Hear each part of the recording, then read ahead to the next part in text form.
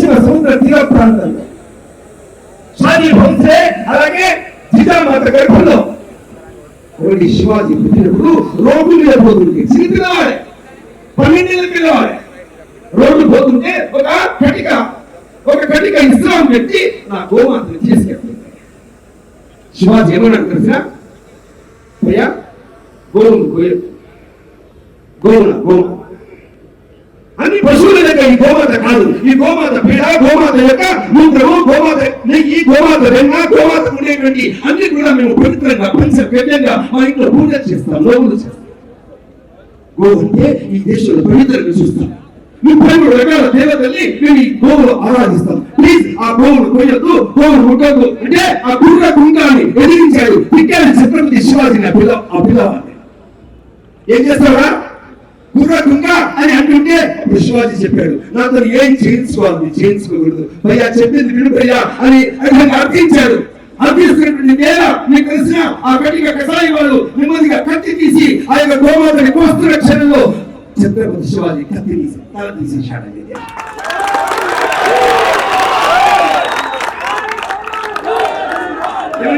ఆవుని తీసుకెళ్లి ఆ తలని తీసుకెళ్లి అమ్మ కాళ్ళ ముందర పెట్టాడు. అమ్మా నేను బాగానే చేశాను.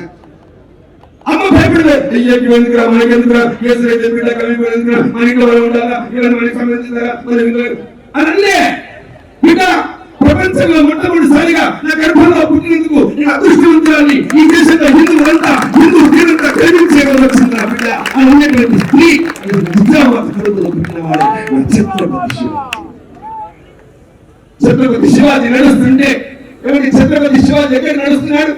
పూనా నగరంలో చుట్టుకుంటే 36 గ్రామాల్లో సంచరిస్తుంటే ఆ 36 గ్రామాలకు అప్పుడే మహారాజు 16 ఏళ్ల పిల్లవాడు.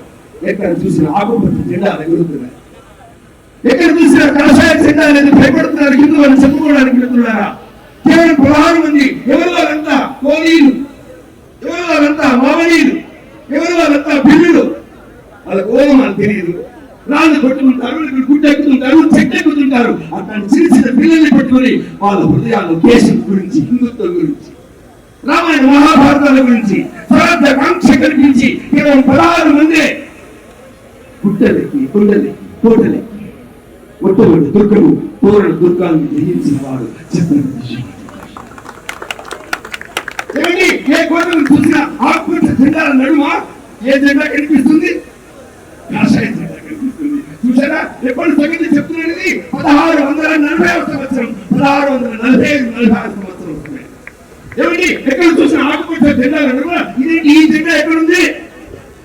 ఈ జెండా ఎవరు? శివాజీ షాజీ భోంస్లే కొడుకట, షాజీ భోంస్లే కొడుక.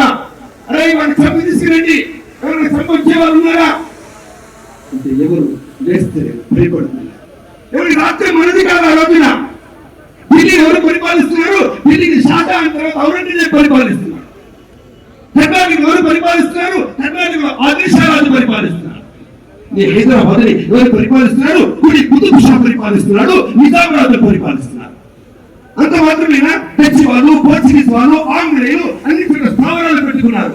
ఇంకా నా దేశంలో నా పక్కనే ఉంది హిందూ అంటూనే పూజ చేస్తూనే నాకు నమ్మక ద్రోహం చేసి మిగతా వాళ్ళకి కోవట్లుగా పనిచేసేటువంటి వాళ్ళు ఉంటారా? ఉండరా హిందువుల్లో? అట్లాంటి వాళ్ళు ఇలాంటి 9 రకాల శక్తుల మధ్యలో ఏమిటి ఛత్రపతి శివాజీ. ఈ శివాజీని చంపడానికి ఎవరైనా ఉన్నారా అంటే ఒకరు లేచాడు, వాడి పేరు అభ్యర్థి. వాడు ఎలా ఉంటాడండి? వాడి చేతులు మోకాళ్ళ కిందకి అందుతాయి. మీకు ఎవరికి అందుతాయి చూసుకోండి, మీకు ఎవరికి అందవు, వాడికి అందుతాయి. 200 మంది మన స్త్రీలను ఎత్తుకుపోయి పెళ్లి చేసుకుని వారు అనుభవిస్తుంటారు. వాడి పనిని 200 మంది స్త్రీలు ఉంటారు వాడి దగ్గర. అలాంటి కాలంలో అంతఃపురంలో నేను చంపి తీసుకొస్తాను శివాజీ. తెర విప్పితే, తెర దించితే, తెర ఎత్తితే ఛత్రపతి శివాజీ కనిపిస్తాడు.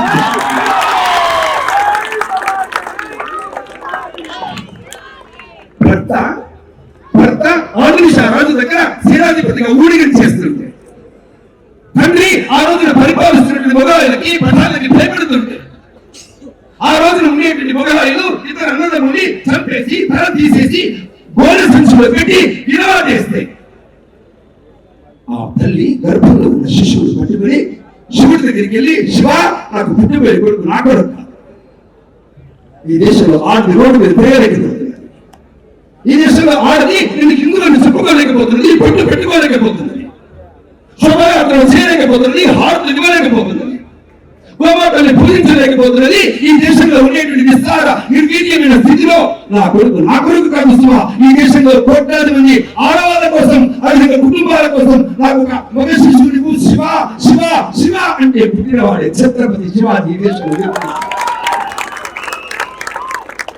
ఆ కోరిన వ్యక్తి ఎవరో తెలిసినా ఆ కోరిన వ్యక్తి జిజామాత. ఈ దేశం ఇక్కడ చాలా మంది మహిళలు వచ్చారు.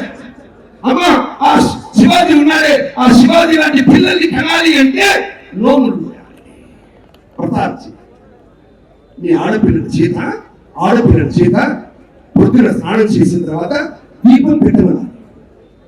వాళ్ళు దీపం పెట్టమని అనకుండా మీరు కార్తీక దీపం చూస్తున్నారు. ఏమవుతుంది? దేశం ఆలోచించండి. మీ పాప ఏం చదువుతుంది? మా పాప బీటెక్. ఇక్కడ హైదరాబాద్ ఫస్ట్ ఇయర్ అయిపోయింది, సెకండ్ ఇయర్ అయిపోయింది, థర్డ్ ఇయర్ అయిపోయింది, ఫోర్త్ ఇయర్ అయిపోయింది. ఇక రాదు అటుంచండి. సల్మాన్ ఖాన్, షారూక్ ఖాన్, ఇందులో ఖాన్లు రకరకాల బొబ్బుల పేరుతోని, డబ్బాల పేరుతోని, ఇందులో బాబుల పేరుతోని ఈ దేశంలో 25,000 మంది కేవలం తెలంగాణ ప్రాంతాల్లో బ్రాహ్మణ అమ్మాయిని ఎత్తుకుపోతాయి, కోమట్ల అమ్మాయిని ఎత్తుకుపోతాయి, బీసీల అమ్మాయిని ఎత్తుకుపోతాయి, ఎస్సీల అమ్మాయిని ఎత్తుకుపోతాయి. 5 లక్షలు, 3 లక్షలు, 2 లక్షల జీతాల పేరుతో ఇవాళ మన తెలంగాణ ప్రాంతంలో మన ఇంట్లో ఉండే అక్కల్ని, చెల్లెల్ని, మన కూతుర్ని, మనకు సంబంధించిన వివాహితులైన స్త్రీలు కూడా ఎత్తుకోవడం కోసం కప్పడంతో ఇవాళ ఇప్పటికీ దేశంలో ఉంటే మనం శివాజీ దేశంలో ఉద్భవించాలి, నా ఆడపిల్లని రక్షించుకోవాల్సిన ఈ దేశంలో మరో ఔరంగజేబులు, మరో అఫ్జల్ ఖాన్లు, మరో రకమైనటువంటి పద్ధతులు మన సమాజంలో మన చుట్టూ కనబడుతున్నాడు సమాజంలో. అందుకే ఈ దేశంలో వాతావరణంలో మార్పు రావాలి.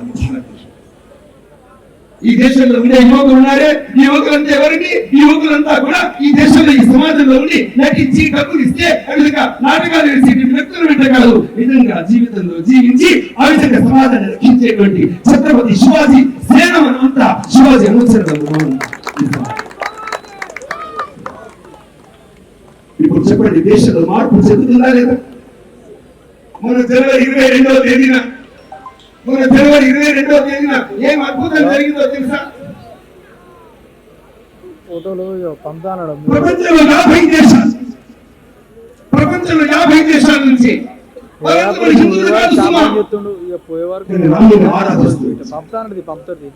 మధ్యప్రదేశ్ నుంచి ఒక బుర్ఖా కప్పుకున్నటువంటి ఒక మహిళ, ఒక ముస్లిం మహిళ పాదయాత్ర చేస్తూ వచ్చింది.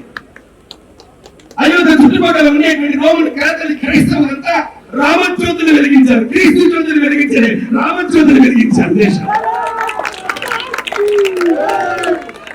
దేశంలో మార్పు. ప్రపంచంలో ఒక దేశం ఉంది, దాని పేరు ఇండోనేషియా. ఆ ఇండోనేషియా దేశం అందరూ ముస్లింలుగా ఉంటారు. ఒక రోజున పాకిస్తాన్ అధ్యక్షుడు ఇండోనేషియాకి వెళ్తే పెరేడ్ లో పాల్గొంటుంటే ఆ పెరేడ్ లో ఆంజనేయ విగ్రహం. ముస్లిం అధ్యక్షుడు, ముస్లిం ప్రధానమంత్రి యొక్క ఆఫీస్ లో రాముడి బొమ్మ ఉంది. అప్పుడు అడిగాడు, ఏమని అడిగాడు? నువ్వు ముస్లిం, నేను ముస్లిం, నువ్వు ముస్లిం, కానీ ఆంజనేయుడికి ఎందుకున్నాడు? మీ ఆఫీసులో రాముడు ఎందుకున్నాడు? ఇండోనేషియా అధ్యక్షుడు, ఇండోనేషియా ప్రధానమంత్రి ఏం చెప్పారు తెలిసిన? మేము గతంలో హిందువులం, తర్వాత మతం మారు, అంతకుముందు గుడికి వెళ్ళాం, తర్వాత ప్రార్థన చేశాం. ఏమండి మేము మతం మార్చుకున్నాం, కానీ రాముడిని మార్చుకోలేదు, ఆంజనేయుని మార్చుకోలేదు.